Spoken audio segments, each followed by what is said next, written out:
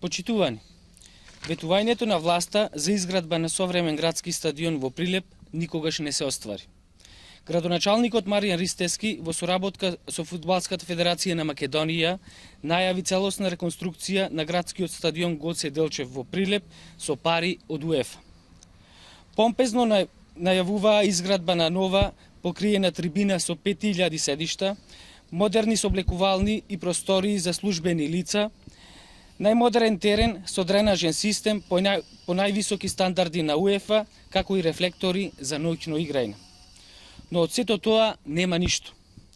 Откако во јули оваа година го ископаа теренот и се сликаа со обвинетиот Никола Груевски, локалните власти ништо повеќе не направија. Тревата која никна сама по себе говори за запуштеноста на теренот.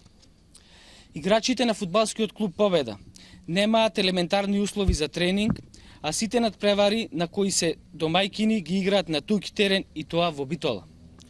Конечно, после 8 години, Победа е повторно во првата лига, а прилепчани се уште не можат да се израдуваат на прволигашки надпревар во Прилеп. Само за подсетување, советниците на ВМРО ДПМН гласаа против предлогот на СДСМ, фудбалерите на фудбалскиот клуб Победа да се наградат со 1 милион денари општински пари за влезот во првата лига. Фудбалски Прилеп не го заслужува ова. Победа, како еден од најренимираните фудбалски клубови во Македонија, заслужува модерен и функционален стадион.